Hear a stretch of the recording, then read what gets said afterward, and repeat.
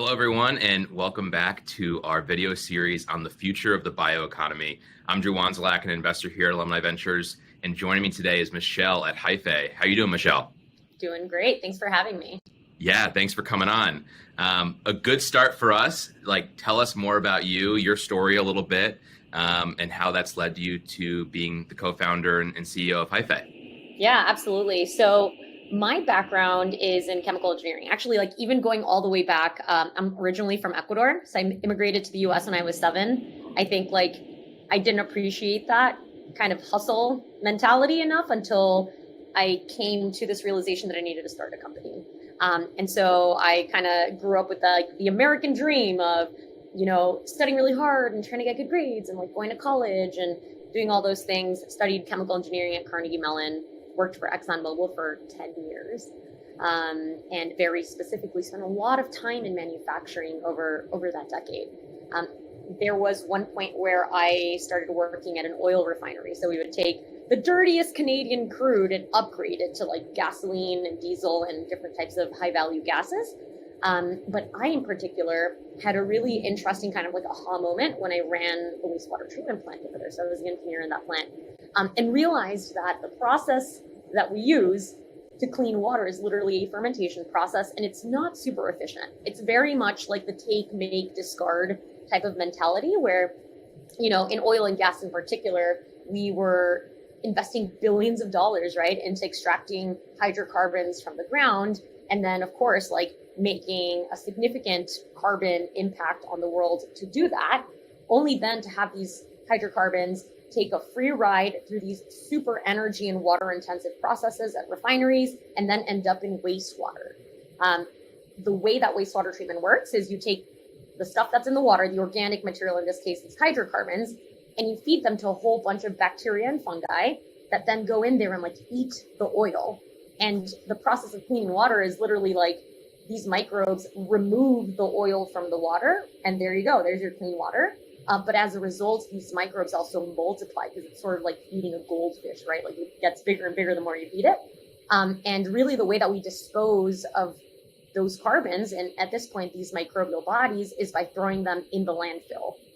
In some cases, people incinerate them. In other cases, companies spread them in fields with all the chemicals that are sort of entrained in that biomass. So it is definitely not the way that we need to move forward, especially as we look towards how do we make businesses and value chains a lot more circular.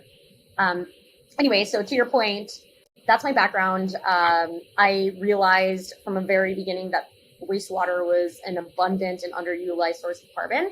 And so when my co-founder, Andrea, and I met together and decided that we were going to make a biomanufactured product, one of the key moments for us was thinking hey, we want to make this biomanufacturing product that is good for the planet and good for people's health. But how do we make it compete against its incumbent? In the case of Hyfé, we started making a better flour, which we pivoted away from, and we could talk about that later. But for us, flour needed to compete against wheat if people were ever going to purchase it for people aren't buying for health benefits, they're buying for price.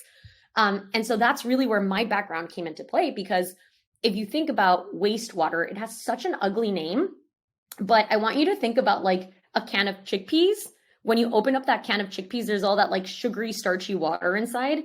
In our house, that's considered food and we just dump it out. But at the factory, that's considered wastewater. And so here I was thinking okay, one of the major things driving the price of our bio product up is the cost of sugar. How do we get cheaper sugars? You know what? Food manufacturers generate a ton of wastewater. They have to pay so much money for it because it's so loaded in those carbons that I talked about. Why don't we connect those dots together? Let's get the food manufacturers to give us their sugar. It's going to offset the price of this bio process, and it's going to bring this product down to price parity. And that's really where the beginnings of Hyfé started. It's fantastic, and there's obviously a million different pieces to dive into a little bit more there, which we've tried to do in previous conversations. On the point of price parity and bringing down kind of that feedstock cost, can you just contextualize that a little bit of why that matters? Because people are going to watch and go, "That's great, right?" you have this wastewater, you're solving that problem, you're able to kind of get price parity here where it's needed. Why does that matter? I mean, why is that a big focus? Why are companies asking for this? Yeah, ultimately, unless a more sustainable product is at the same price as its carbon intensive incumbent, or even better, cheaper, no one's going to buy it.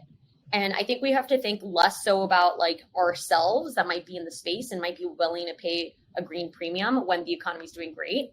But we have to think a lot more about like at a macro level, every single citizen of this planet, are they going to pay a premium? And the answer is no. And so there needs to be a market driver here. It needs to be economic, it needs to make money for sustainable products to be able to stick around for a really long time. And I think that's a great point of like the green premium is almost easier to pay when the economy is doing well. And so I think in times like this, where it's a little bit recessionary, it really puts a focus on where people are willing to spend. And there has to be a good like economic business case for everything. You guys are a piece of that. And you know what I love about Hyfé is like it's relatively agnostic in like what it can do, right? And it's really getting to kind of the core of that problem. When you look more broadly at this bioeconomy, where are you seeing other kind of large gaps that maybe Hyfé isn't yet ready to fill, but need to be filled by somebody? Oh, 100%. Okay, this is a really good question. I think we need to think about the future of the bioeconomy looking exactly like the oil and gas industry. Like think about an oil refinery, like I mentioned. The one that I used to work at, we used to take wherever the cheapest crude was coming from and we would upgrade it. But what that means is that our reactors, our distillation columns, and all of our control systems had to adjust to the variability coming in with that crude. So the crude could be saltier, it could have more sulfur, and we literally just put it in our process, adjusted our parameters, and out comes the consistent gasoline and diesel that meets the spec that everyone's car needs, right? That's how the bioeconomy is going to work in the future. It took oil and gas like 90 years to get there, but now we can leverage all the information and technology that that industry has to make the bioeconomy get there in like 10 to 20 years. So that's super promising. What do we need? In the base case, this is where Hyfé comes into play, of course. We need cheaper feedstocks. Like right now, the entire bioeconomy is relying and being designed around glucose, sugar, as an input, and we simply cannot grow enough sugar on this planet to be able to displace the most carbon intensive industries. Like to put that into context, if we just used biomanufacturing to displace the petrochemicals industry, we would need 20 times more supply than what we have right now. And that would mean that corn wet millers, sugarcane manufacturers, sugar beet growers would have to essentially invest like historically more than ever before in new assets. And that's simply not happening for commodities like sugar. The other way to put that into context, which is ridiculous for me, is 1/3 of all arable land would have to be dedicated to growing corn, sugarcane, or sugar beets. Like that's simply not going to happen by adding 2 billion more people on this planet in the next couple of decades, right? And so like we're looking at this future where it's like this really promising industry can decarbonize massive sectors. How are we going to feed it so that we can actually get there? We can't. So Hyfé is generating alternative feedstocks from waste carbon sources, specifically food manufacturing wastewater. But that's one part. Right. The second part is because bioprocesses have been designed around sugar, that means that the way that we engineer strains also needs to change. And if you put yourself in the shoes of somebody who's making a target molecule, say like a protein or like collagen, for example, or somebody making squalene, there's a couple different ways in which you can engineer a strain to do that, either using a strain that naturally wants to make that molecule or a strain that you sort of like change its DNA so it does make that molecule. But if you put yourself in the shoes of that company, your key concern is titer. Like, what is the productivity of the strain to make that target molecule? Because that's where your economics matter. And you're trying to increase your titer versus your money running out, right? Because a lot of these companies are VC backed. You are not dedicating resources to engineering flexibility for feedstock variability. But right now, and that's because, right, we're using sugar that's like 95% purity. But if we ever want to decrease the cost of a bioprocess, that sugar piece can be anywhere from like 10 to 70% of the cost of a bioprocess, which means the only way to get that to be significantly lower is if your strains can be okay with a little bit less purity and a little bit more variability. And you can totally train strains to do that, but people aren't doing it right now because that's not the focus. And then I would also say infrastructure. So bioreactors, moving bioprocesses away from requiring high sterility and steel tanks. I think a company to look out for is Semvita, who has done a really great job of not requiring steel tanks and sterility. So they have a very robust bioprocess. And then lastly, Drew, I think one area that's extremely important is corporate collaborations with startups that are bringing these innovations to the market. If you think about it, there's many different ways in which corporates can collaborate with startups, but in our space, it's like we are turning waste into feedstocks for biomanufacturers. These large companies with multiple different processing sites are generating that type of waste that is perfect for bioprocesses. Right now, when we look at how the bioeconomy is starting to shape up with Biden's initiatives, there is not a lot of bridging that the government is doing between corporates and startups. And so corporates are still acting like corporates, which means slow decision-making cycles. Of course, there needs to be a really strong business case, but from a different lens. It's less forward-looking and a little bit more within the box of today's operations. And so I really think that that's one of the areas that thought leaders in the space should be connecting for the bioeconomy to be successful.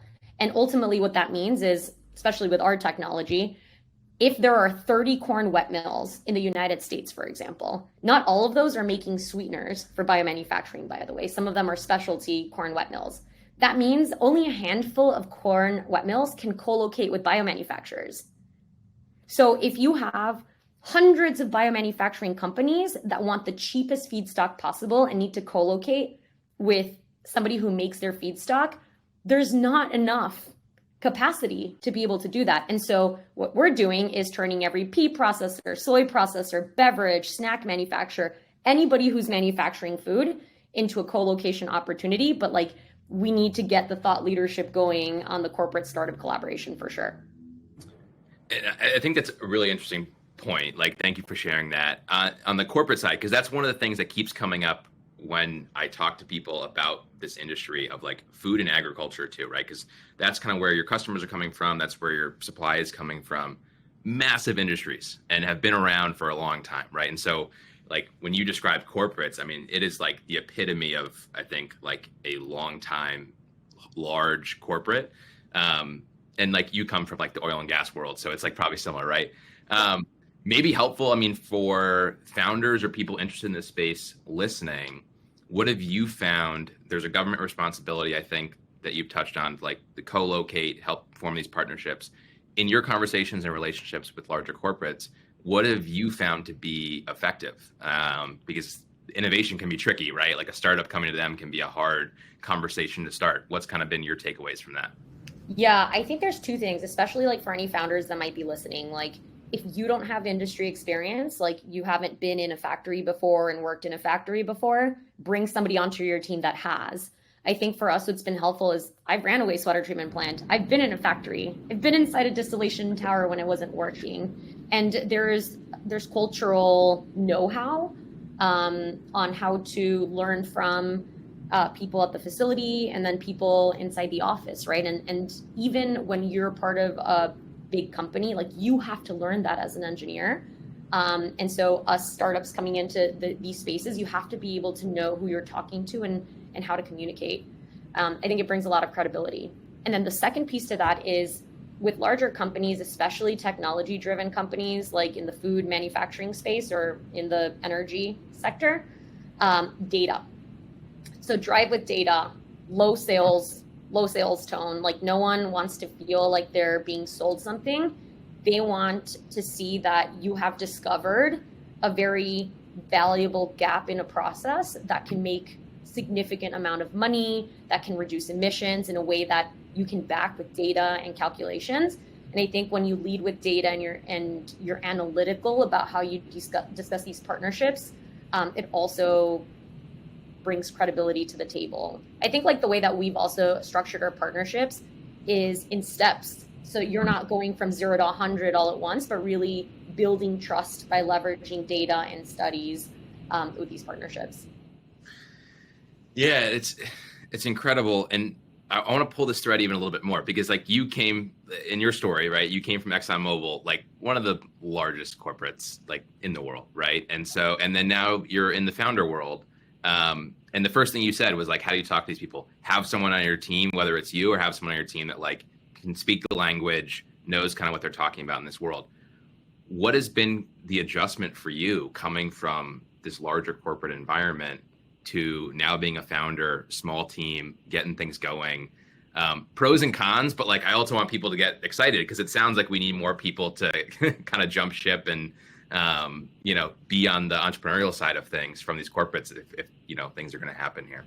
Yeah, I think I guess before I jumped, like the way that I knew it was time is I felt like I had built enough skills to be dangerous and I had a fire burning inside to have like meaningful, tangible impact on the world.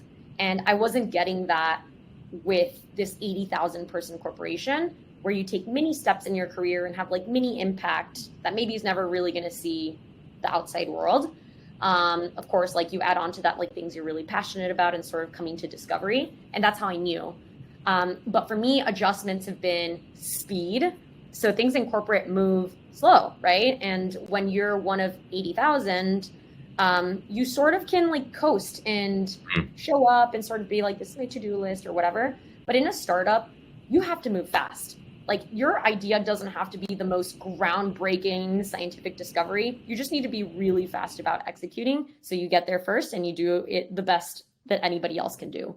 And so moving fast, I think, is always like a moving target for me where we think that we're iterating really fast, but you don't know what you don't know, right? And so that's been a really great sort of mind shift for me. Like, what is our deadline and what is a more aggressive deadline is kind of what we talk about in our team. And then I think the second part that's been an adjustment for me is like, I always, because when you're in corporate, you have a lot of rules and sort of like guardrails. When I left, I always had this concept of there's a rule book.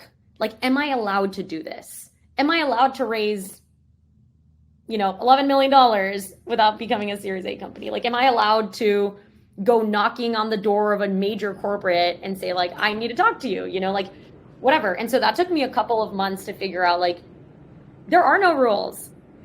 Like, that's what we're doing here. We're creating something that doesn't exist. And so there are no guardrails to create. So long as you don't do anything illegal or unethical, like if you believe that there are guardrails, you're going to limit the potential and the speed in which you can move forward, and your legacy will never see light of day, right? And so that's been a really great one for me. Just like go forth and conquer and do whatever you want to make this happen. There are no rules. I mean, that's the biggest thing, right? It's like, move fast and break things is used a lot, but it's like sometimes you just got to create your own rules. I mean, you're totally changing how things work, and it requires like don't limit yourself. Like one example of that is like you might have somebody who is really incredible that you're just like, I think you would be a really awesome advisor. But you can get into your head and be like, well, that person's really busy. They just did this. They just did that. They might say no. Let them say no. But you go out there and you ask them to be your advisor. Yeah. There are no rules. And that's why I love the corporate to like founder journey, because sometimes it's a total kind of culture shock in a way, right? Because it's and people come out the other way and they come into the founder life and start a company, have no experience in a specific space, and sometimes that's helpful because it's like you don't even know the rules that are in place, and sometimes it's not helpful, but great. And then kind of going off that a little bit, I mean, building this company in this space of like we're calling it broader like bioeconomy, and you gave me that term, so if I keep using it, I'll credit that to you. What is one misconception or thing that kind of frustrates you when you're explaining either the problem space or what you're building, that you feel like the general public just doesn't quite get? Like, what do you want to like grab someone and shake them and be like, no, that's not how this works, or you don't understand how big of a deal this is? I think people generally just don't know what biomanufacturing is. I mean, we're so early in the industry that really like the biomanufacturing sectors that are at scale are ethanol and pharma, right? And then of course you have traditional fermentation biomanufacturing with like beer and alcohol, but like people don't really connect the dots that you can program a microbe, not just to make beer or insulin, you could program them to make plastic and components that go into cement and foods that we eat and amino acids. Like everything can be made with biology. Not saying it's going to be made the most efficient, but technically everything could be made with biology. And I think the term is so big that people don't quite grasp it. And so I think more conversation around that would be super helpful, because then it's like, I can't even start telling you about like the deficiencies in like sugar production and why waste is such an incredibly underestimated resource until I first tell you, like, do you know what biomanufacturing is? Right. Yeah, it's tough to jump into because you can kind of follow the thread of like, okay, this makes sense. This would be a problem. This is a problem. It's like, well, what is the end goal here? And so I think bringing it back to like, yeah, it's kind of what we've done with medicine, like with therapeutics, and like we can do all these different things, which is obviously important because the production's not there, and then there's an environmental impact to all of these things the way we're currently doing it. Oh yeah. So there's a ton here, right? And Hyfé is working on a piece of it, but I think a large piece, an important piece. If you weren't doing this, what would you be doing? Would you be still working in this problem space somewhere else? Like, oh, yeah, what do you kind of nerd out about? And you're like, oh, okay, if Hyfé closes doors tomorrow, which God forbid doesn't happen, like what would you go on and do next? Yeah. Okay. So I have like a list of 3 things. Okay. Number one, so we're making alternative feedstocks for biomanufacturing from food manufacturing wastewater. Of course, like in the future, we'll expand from that.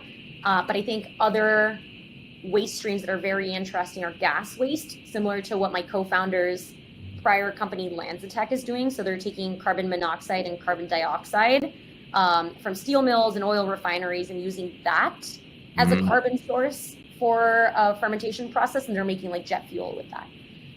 So I think that's incredibly interesting. Alternatively, I would be working on strain engineering. So looking at these commonly used microbial hosts and making them more tolerant to waste feedstocks, because I think that's going to be a major unlock. Those are kind of like the top 2 for me. Like I would really only be working on infrastructure unlocks. I don't know if I should call it infrastructure, but like enabling technologies for the biomanufacturing sector. Gotcha. Okay. So you're in the right place. You're working on the right thing. It is what is going to keep this industry from succeeding or not. Yeah. Right. And that's like a major climate change, like question mark for us. But also that it's like picks and shovels, right? Like there's a massive market. If you even just look at displacing petrochemicals at the cheapest price of sugar today, which is not going to be the case once the supply starts getting more constrained, that's a $1.4 trillion market for feedstocks that current sugar production is never going to be able to fulfill. So it's a little bit of like behind the scenes, but enabling technologies are the unlock for impact, and they have massive, massive markets.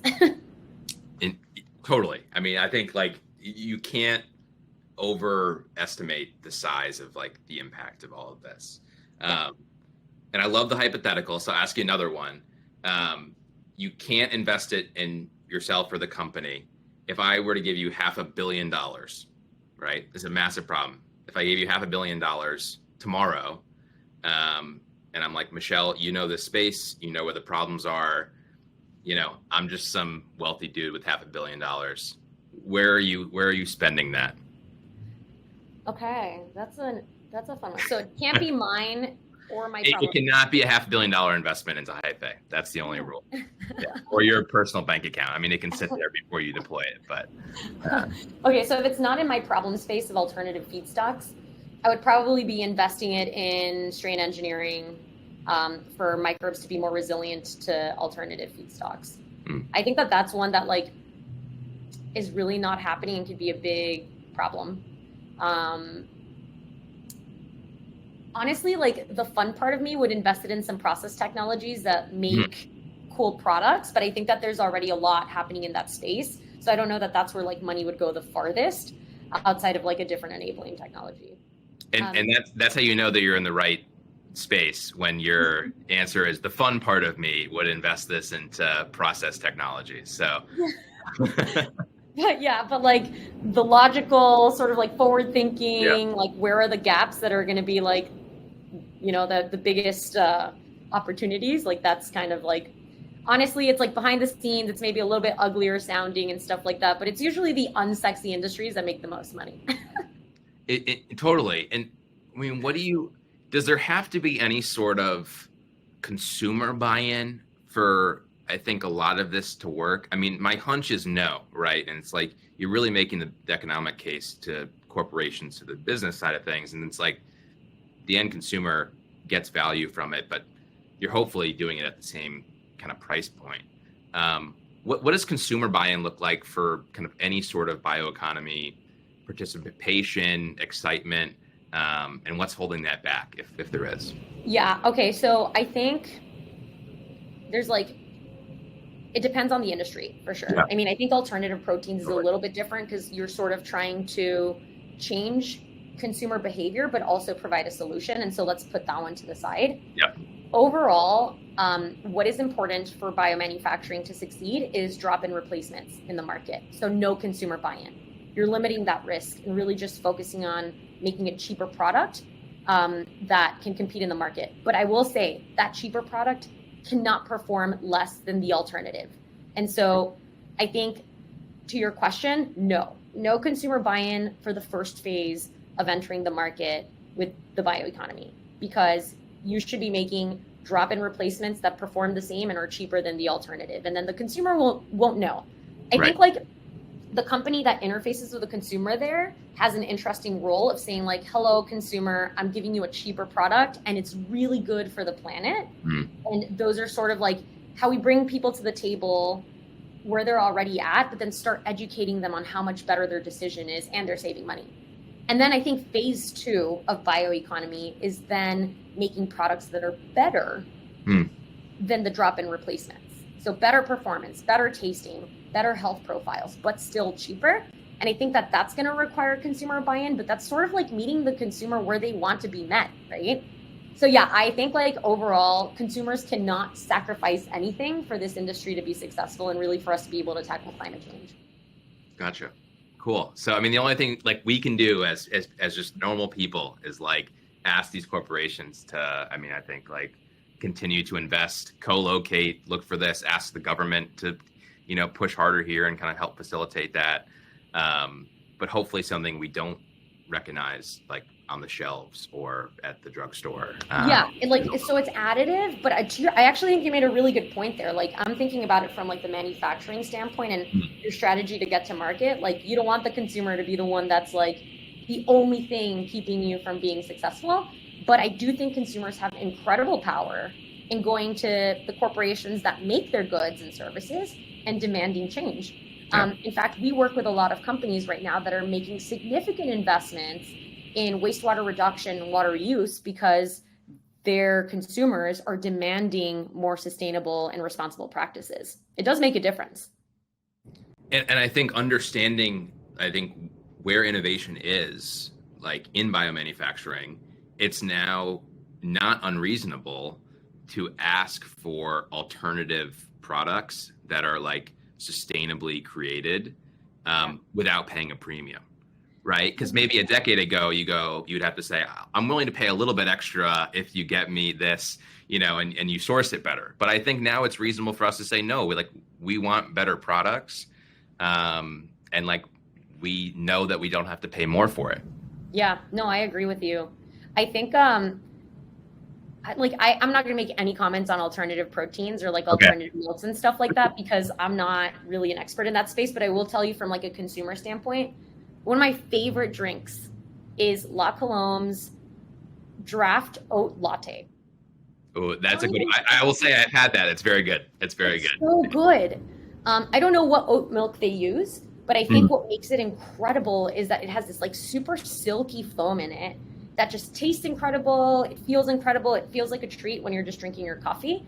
And I think that that's a really interesting example of an alternative milk that has just made an incredibly pleasing product that has been super successful, right? And so I forgot where I was going with that, but but I think that there's a lot of in the alternative protein or alternative milk space, there's a lot of people that are taking risks to be able to influence consumers to think bigger. And I really appreciate companies that are doing that because it's risky, it's difficult, it's expensive. Some will make it, some won't. But all of that sacrifice is required to be able to get consumers thinking about alternatives to what they grew up with that are better than what we know, honestly. Absolutely. And I appreciate the La Colombe name drop. Maybe we can get them to sponsor the next one of these, because I'm an avid La Colombe coffee drinker. This was great. Anything that we didn't touch on that like you were excited to talk about or like think is worth sharing with our audience? Honestly, I think we talked about a lot of really important topics. I think everyone that is thinking about next career moves should consider entering the bioeconomy. This is it. This is the next stage of global manufacturing. This is the place where you come to make a legacy, because we are right before the inflection point of the industry. And so if you're in oil and gas, if you're in pharma, if you're in corporates in food or whatever, energy sector, consulting, like go into the bioeconomy. We need the incredible talent. We need problem solvers. And this is just like going to be a really fun ride. That was fantastic. A great outro to a great conversation.